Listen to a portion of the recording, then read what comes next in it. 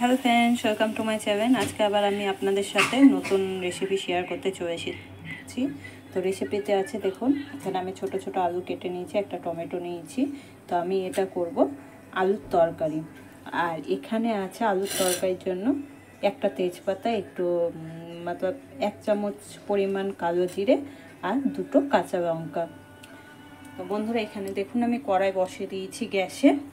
তো কড়াইটা অলরেডি গরম হয়ে গেছে। এবার আমি কড়াইয়ে সর্ষের তেল দিয়ে দেবো। তো বন্ধুরা, এখানে আমি কড়াইয়ে পরিমাণ মতো তেল দিয়ে দেবো আলুগুলো ভেজে নেওয়ার মতো। আমি তেলটা কিছুক্ষণ গরম হতে দেব। তো তেলটা গরম হয়ে গেলে বন্ধুরা, আমি যে কালো জিরে আর তেজপাতাটা রেখেছি সেটা তেলে দিয়ে দেবো।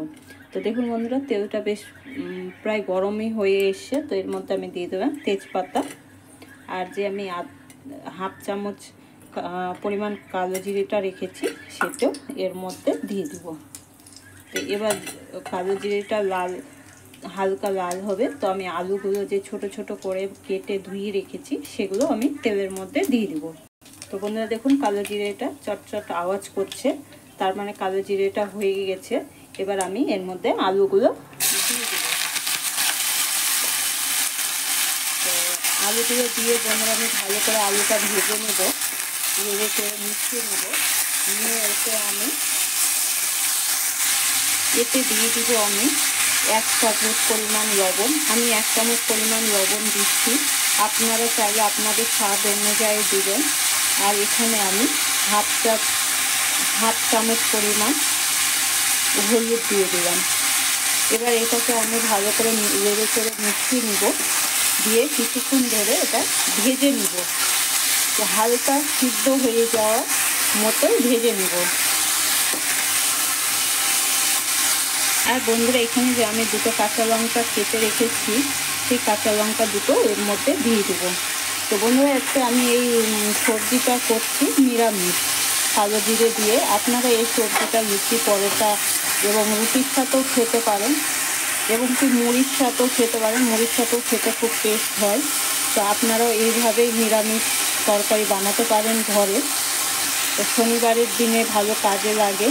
যারা যারা নিরামিষ খান শনিবার, মঙ্গলবার এবং বৃহস্পতিবার, তাদের পক্ষে খুবই ভালো। তো বন্ধুরা, এবার আমি আলুটা ভালো করে লাল লাল করে ভেজে নেব। তো বন্ধুরা দেখুন, আমার আলুটা হালকা ভাজা হয়ে গেছে। এবার এর মধ্যে আমি দিয়ে দেবো কেটে রাখা টমেটোগুলো।